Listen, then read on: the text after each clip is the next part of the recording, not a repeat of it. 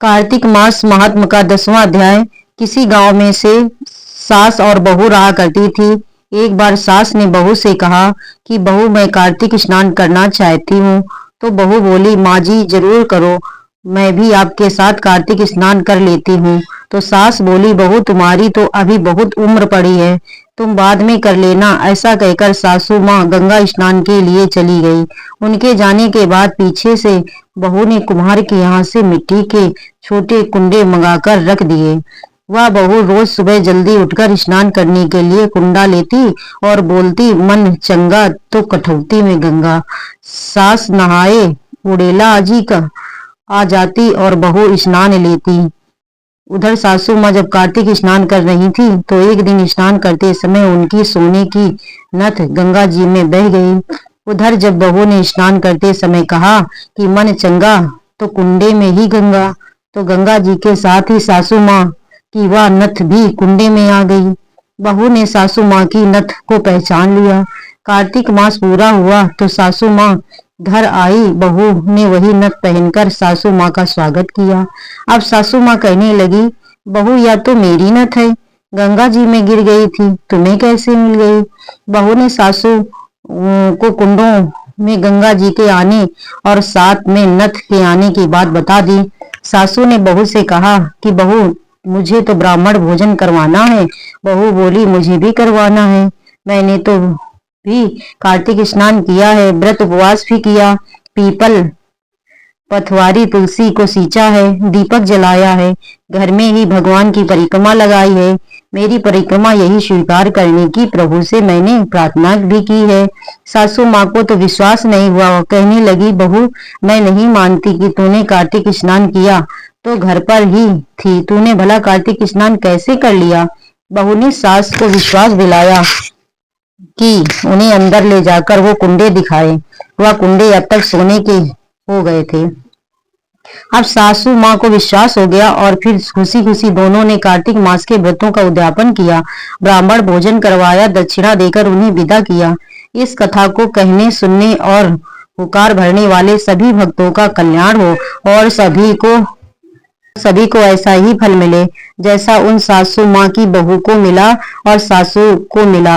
अब सुनिए कार्तिक मास महात्म का आज का अध्याय। इससे पहले के अध्याय आपने राक्षस की कहानी सुनी। जी के कहने पर राजा पृथु ने नारद जी की कही कहानी को सुना कि काल में सहस्त्र क्षेत्र के करवरी पूर्व में अत्यंत ज्ञानी धर्मात्मा और ओम नमो भगवते वासुदेवाय मंत्र का जप करने वाला धर्मदत्त नाम का एक ब्राह्मण रहता था। वह अतिथियों का आदर सत्कार भी खूब करता था। एक दिन प्रातः काल एक पहर रात्रि शेष रहने पर वह ब्राह्मण पूजा की सामग्री लेकर भगवान के मंदिर को जा रहा था कि इतने में उसने सामने से आती हुई एक अत्यंत भयंकर राक्षसी को देखा। आगे को निकलते हुए टेढ़े मेढ़े और बड़े बड़े दांत, लाल नेत्र, बिल्कुल नग्न लकड़ी के समान सूखा शरीर और मुख से घूर घूर शब्द निकल रहा था। ऐसी भयंकर राक्षसी को देखकर भयभीत धर्मदत्त ने अपने हाथ का तुलसी मिश्रित जल उस पर फेंक दिया। जल में मिश्रित तुलसी दल शरीर का स्पर्श करते हुए राक्षसी के समस्त पाप उसी क्षण दूर हो गए और वह तो हाथ छोड़कर धर्मदत्त के पैरों पर गिर पड़ी। तब धर्मदत्त ने उससे पूछा कि तू कौन है और किस पाप के कारण इस दशा को प्राप्त हुई?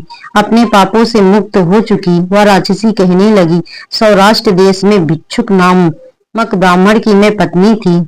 तब मेरा नाम कल्ला था। मैं ना तो अपने पति से मीठे वचन बोलती थी और ना अच्छा भोजन और फल ही खाने को देती थी।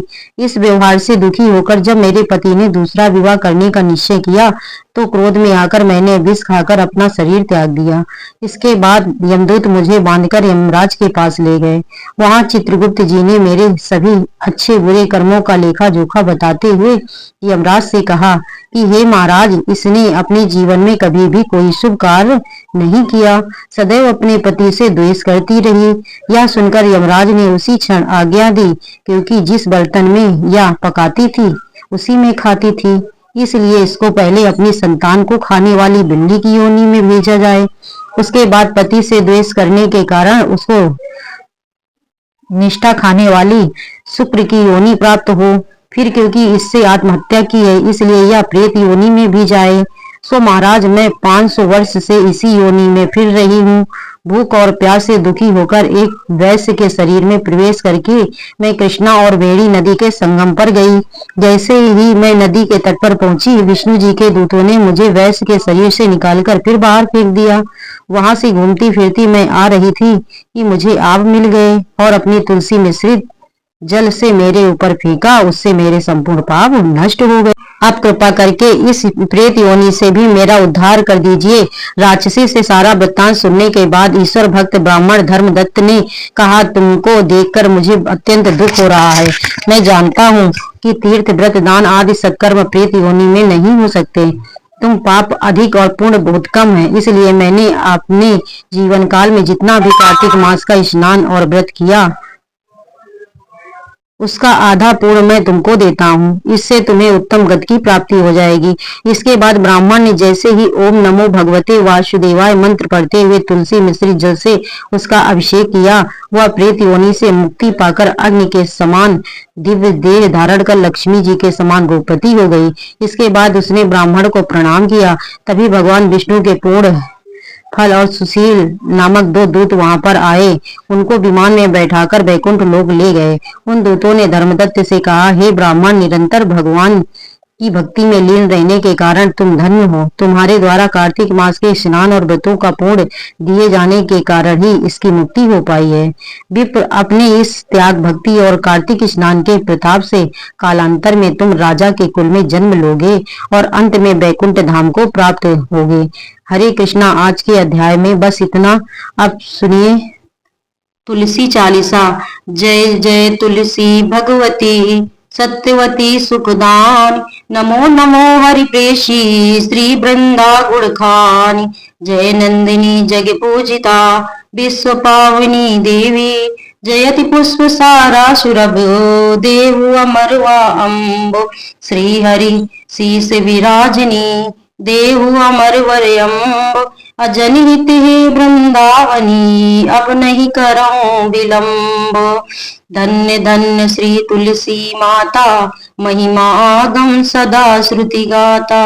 हरि के प्राणों से तुम प्यारी हरहि हेतु की न्यों तप भारी। तब प्रसन्न है दर्शन दीनो तब कर जोरी विनय अस कीनो। हे भगवंत कंत मम हो दीन जानी जनि छाड़हु छोहु। सुन लक्ष्मी तुलसी की वाणी दीन्यो श्राप क्रोध पर आनी। अस अयोग्य बर मांगन हारी हो तुम जड़ तनुधारी। सुन तुलसी श्राप्यो ते ही ठामा करो वास तु नीचन धामा। दियो बचन हरि तब तत्काला सुनो सुमिक जन हो बिहाला। समय पाई वह रोपति तोरा पूजहु आस बचन सत्य मोरा। तब गोकुल नहीं गोप्य सुदामा तासु भई तुलसी तू बामा। कृष्ण रास लीला के माही राधे सक्यो प्रेम लखी नाही। दियो श्राप तुलसी तत्काला नरलो कहीं तुम जन्म वाला। भयो गोप वह दानव राजा संके चूड़ नामक सिर ताजा। तुलसी भैता सुखी नारी परम सती गुण रूप अगारी। असदय कल्प गीत जब गयहु कल्पत त्रिजन्म तब भयहु। वृंदा नाम भयो तुलसी को असुर जलंधर नाम पति को। करयति द्वंद्व अतुल बल धामा लीना शंकर से संग्रामा। जब नित सैन्य सहित सिउहारे हरहि न तब हरहि पुकारे।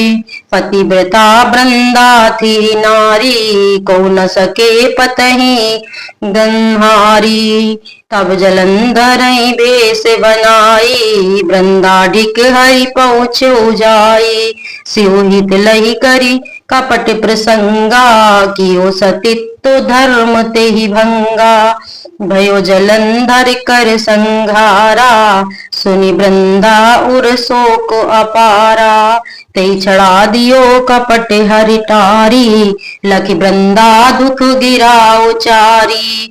जलंधर जस हत्यो अभीता, सोई रावण वै हरहि सीता।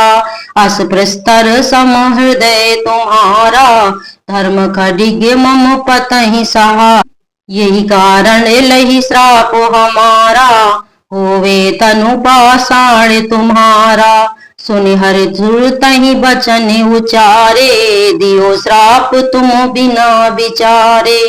लख्यो ना निज कर तूत पति को, छलन चयो जब पार्वती को। जड़मति तू अस को जड़ रूपा, जग में तुलसी बिटप अनूपा। धरो रूप हम साली ग्रामा, नंदीगढ़ की बीच ललामा। जो तुलसी दल हम ही चढ़ाई, सब सुख भोगी परम पद पाही। बिन तुलसी हरि जलत शरीरा, अतिशय उठत शीस उर पीरा। जो तुलसी दल हर सिर धारत, जो सहस्त्र घटे अमृत डारत। तुलसी हरि मन रंजनिहारी, रोग दोष सुख भंजनिहारी। प्रेम सहित हरि भजन निरंतर, तुलसी राधा में नहीं अंतर। व्यंजन हो छप्पन प्रकारा, बिन तुलसी दल हरहि प्यारा। सकल तीर्थ तुलसी तरु छाई, लहत मोक्ति जन संशय नाही। कवि सुंदर इक हरि गुण गावत, तुलसी निकट साहस गुण पावत। बसत निकट दुर्वासा धामा, जो प्रयाग ते पूर्व ललामा। पाठ करहि जो नित नर नारी, होय सुखी भासहि त्रिपुरारी। तुलसी चालीसा पढ़ई, तुलसी तरु ग्रह धार। दीप दानी कर पुत्र फल, पापई बंद्यो घार। सकल दुख दरिद्र हरि हार, वह परम प्रसन्न। अतिशय धन जन ले गए, बसहि पूर्णा अन्न। लही अभिमत फल जगत महा, लय पूर्ण सब काम। अजय दल अर्पई तुलसी, तह साहस बसई हरिधाम। तुलसी महिमा नाम लखो, तुलसी सुत सुख राम। अमानस चालीसा रच्यो जग, महा तुलसी दास। बोलिए तुलसी माता की जय। तुलसी माता की जो भी भक्त चालीसा तुलसी चालीसा सच्चे मन से पढ़ता है तो तुलसी माता और विष्णु भगवान की कृपा उसे प्राप्त होती है। दोस्तों प्लीज लाइक और सब्सक्राइब अवश्य करिए, जिससे मुझे आपका प्यार प्राप्त हो सके। और दोस्तों आपके सपोर्ट की मुझे बहुत ही आवश्यकता है। धन्यवाद दोस्तों।